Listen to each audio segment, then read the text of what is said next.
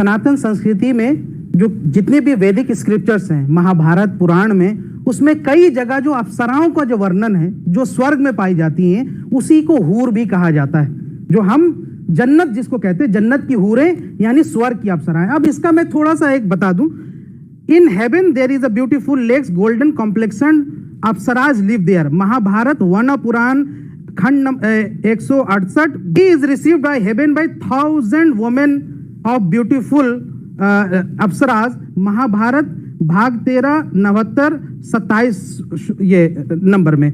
उसी तरह अथर्ववेद में भी, मत्स्य पुराण में भी और प्रसार स्मृति में भी और देवी भगवतम के खंड नंबर 3 15 10 में अप्सराओं का वर्णन जो है वो ये एक काम करते हैं, सवाल पूछते हैं, हाँ या ना लेंगे। ये जो यहाँ एक काम करते हैं शोएब, हम क्योंकि बहुत आराम से बहस करेंगे बिना लड़े, इसलिए मैं अब आप शांत हो जाएंगे। शोएब एक मिनट, 72 हुरों के ऊपर इस तरह से कोई कटाक्ष करके फिल्म बनाता है। शोएब एक मिनट, आप बोलते रहेंगे, ऐसे नहीं होगा।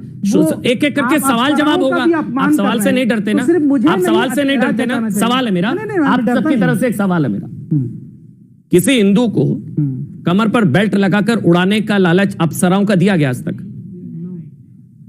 सही सवाल। कभी दिया गया? नहीं दिया गया।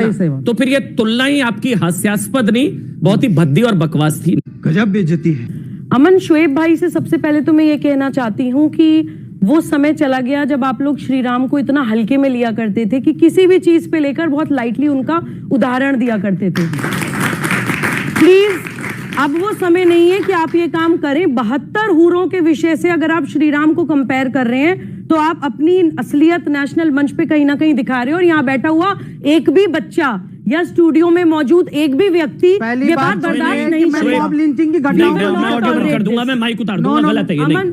अपनी आपकी टर्न में वो एक शब्द नहीं बोली है, आपकी टर्न में एक शब्द नहीं बोली है। और आप पढ़े लिखे आदमी, आप बोलिए, आप सोई।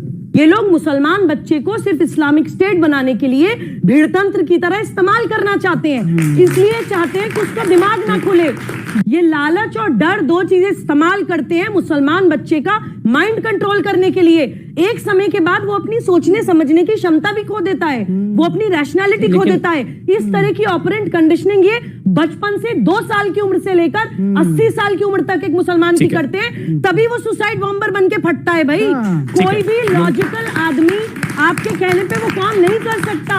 हराम हलाल की लिस्ट तो रैशनल हो। हलाल इनका किसी निर्जीव, किसी बेजुबान जानवर पे छुरी चला दो तो वो हलाल है।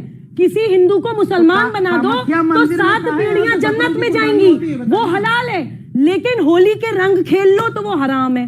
बिल्कुल है, किसी बिल्कुल है। अगर दीन में ये कहा गया है तो वो हराम है। ये लिस्ट किसने बनाई है? एक मूर्ति पूजा कर लो तो वो हराम है। अरे अगर आपकी हराम हलाल की लिस्ट ऐसी होती, अमन, मैं किसी के बीच में नहीं बोलती, मैं चली जाऊं क्या उठकर? जी गलत है। अगर आपकी हलाल की लिस्ट ऐसी होती, इनका साथ देती। अगर इनकी हलाल की लिस्ट ऐसी होती कि किसी के चेहरे पे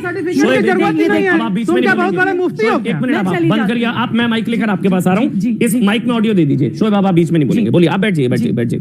शोएब एक मिनट, फिर वो आपके बीच, मैं आपको बीच में नहीं बोलने दूंगा। फिर शोएब मैं आपको नहीं बोलने दूंगा। अरे मैं कुरान पे बोली नहीं रही हूं आपसे, बस हो गया। बस आप एक शब्द नहीं बोलेंगे आप।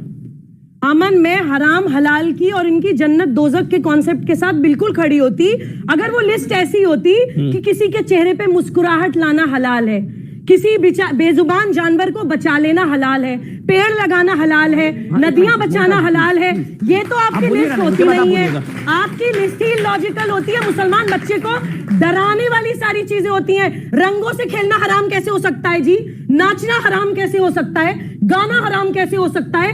ड्राइंग पेंटिंग करना हराम कैसे हो सकता है? इसका जवाब दीजिए आप मुझे। एक मिनट, मेकअप वेकअप करना हराम होता है? लिपस्टिक लगाना हराम है। ये अभी मेकअप करा के आए हैं, ये अभी मेकअप करा के आए हैं। मैंने कब मेकअप कराया? अभी मैं मेकअप रूम में था, शोएब भाई बोले मेरा टचअप कर दीजिए, अब वो तो हराम हो गया। अरे आपने नहीं कराया। चलिए, हाँ, पहली बात तो जन्नत और जहन्नम का जो जिक्र है और जन्नत की जो नेमतें हैं उसका जिक्र कुरान में है। और दुनिया के 200 करोड़ मुसलमान, चाहे शिया हो या सुन्नी हो, चाहे अंबर जैदी हो, तमाम हो। और मैं तो सुबह जी की माता जी से भी मिला हूँ, बहनों से भी मिला हूँ जो माशाल्लाह हिजाब भी पहनती हैं, बुर्का भी लगाती हैं, वो सब करती हैं। उनका भी सबका यकीन है कि जो अल्लाह ने कुरान में लिखा वो हक और सच है। अगर हमने इससे इनकार किया तो हम मुनकिर हो जाएंगे, तो हम नहीं इनकार करते। लेकिन कुरान और हदीस में कहीं नहीं लिखा है कि आप किसी बेगुनाह का कत्ल कर देंगे, कहीं बम फट जाएंगे, कहीं जाके ये कर देंगे तो जन्नत मिलेगी या और मिलेगी, ऐसा कहीं नहीं लिखा। ये आप कह रहे हैं ना, हम सब शायद वही कह रहे हैं। तालियां शोएब जी के लिए, क्योंकि एक मिनट, और फिर मूवी में भी यही दिखाया जा रहा है कि ये सब, एक मिनट बोलने दीजिए, मूवी में भी यही दिखाया जा रहा है कि कुछ नहीं होती, कहीं आप आतंकवादी बन जाए, फटफट जाए। एक मिनट, आपको 72 रूरें मिल जाएंगे, कुछ नहीं मिलती। धर्मांतरण कराने वाले को दोजख मिलेगी या जन्नत?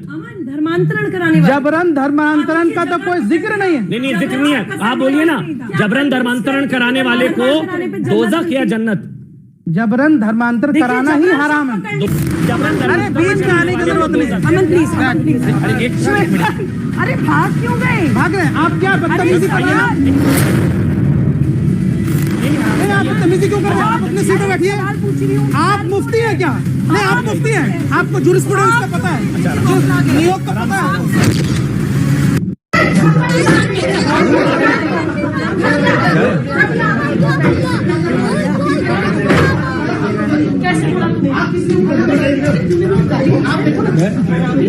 जाओ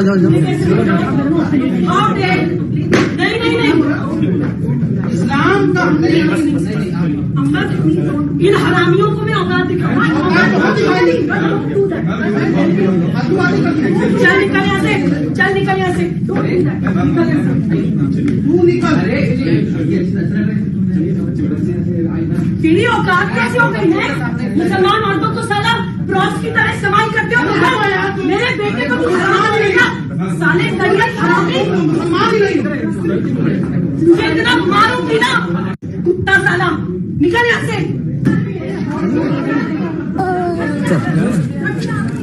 गालियाँ कैसे दे रहा था? गाली भैया, मेरा भी गाली, मेरी जमा